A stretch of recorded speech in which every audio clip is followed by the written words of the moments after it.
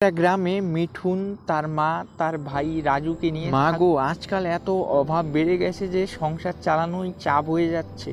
কি করবি বাবা, আর কিছু করার কি আছে? এইভাবেই দেখ যদি সংসারটা চলে।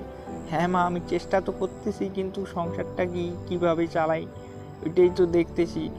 কি করবি আর বাবা, দেখ এইভাবেই তো সংসারটা চালাইতে লাগবে। হ্যাঁ মা, দেখতেছি। ভাই কি খবর? ভাই কোথায়? ভাই কি বাড়িতে আছে? দাদা, তোমার সাথে আমার কিছু কথা আছে। আমি তোমাকে বলছিলাম না যে আমি একটা মেয়েকে ভালোবাসি, তো আমি ওই মেয়েটাকে বিয়ে করতে চাই, আর আমি ওই মেয়েটাকে তোমার সাথে দেখা করতে চাই। তো তুমি কি দেখা করবে? আমি ওই মেয়েটাকে ছাড়া বাঁচব না দাদা, আমি ওই মেয়েটাকেই বিয়ে করতে চাই। তুমি কি আমাকে ওর সাথে বিয়ে দিবা? দেখো দাদা, তুমি যদি বিয়ে না দাও তাহলে আমি কিন্তু বাঁচতে পারবো না ওকে ছাড়া। তুমি কি বিয়ে দিবা কি দিবা না ওইটা বলো। দেখ ভাই, তুই যখন পছন্দ করেইছিস তখন নিয়ে আয়, আমিও দেখি, মাও দেখুক, বাড়িতে দেখুক কীরকম মেয়েটা। ঠিক আছে দাদা, আমি তাহলে আজকে বিকালের মধ্যে মেয়েটাকে নিয়ে আসবো। আচ্ছা ঠিক আছে ভাই, এটাই ভালো হবে। তুই আজকে বিকালের মধ্যে মেয়েটাকে নিয়ে বাড়িতে আয়। হ্যালো, তোমাকে কালকে রাতে কি কি বললাম তোমার সব কিছু মনে আছে তো? তো একটু তাড়াতাড়ি করো। কোথায় আছো তুমি? হ্যাঁ, ঘরেই আছে, এই তো রেডি হচ্ছি আর কি।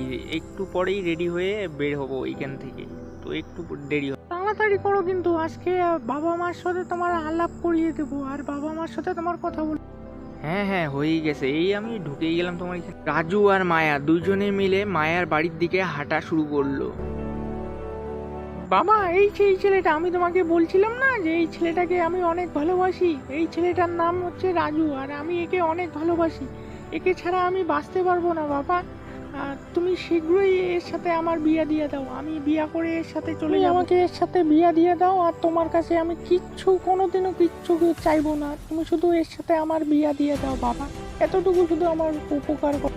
কি কি বললি তুই? আমি তোকে বলি নাই যে তুই এই ছেলেটার সাথে কোনোদিনও কথা বলবি না, আর এই ছেলেটাকে তুই আমার সামনে আমার বাড়িতে নিয়ে আসছিস? এক্ষুনি তুই এই ছেলেকে নিয়ে আমার বাড়ি থেকে দূর হয়ে যা, নাহলে কিন্তু আমি দুজনকেই ঘাট ধাক্কা দিয়ে বাড়ি থেকে বের করে দিতে বাধ্য হব। এক্ষুনি তোরা দুইজনে এখান থেকে চলে যা, আর আজ থেকে আমি তোকেও ত্যায্য পুত্র করলাম। তুই আমার চোখের সামনে থেকে এক্ষুনি চলে যা।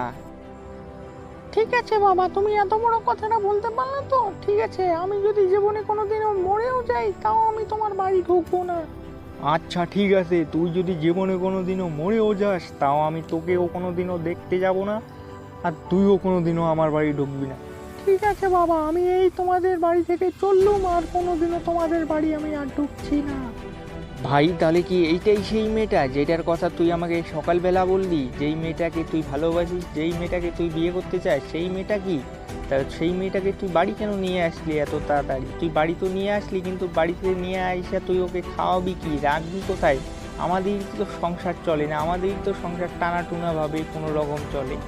দেখো দাদা, আমরা একটু আগে মায়াদের বাবার কাছ থেকে আসছি, কিন্তু ওইখানে মায়ার বাবা আমাদের অনেক অপমান করে সেখান থেকে তাড়িয়ে দেয়। তাই আমরা সিদ্ধান্ত নিয়েছি যে আমরা দুইজনে এখনই বিয়ে করব, তারপর কি হবে দেখা যাবে। তো ভাই, মায়া আর রাজুর বিয়ার পর কি হবে নেক্সট পার্ট দেখতে হলে সাবস্ক্রাইব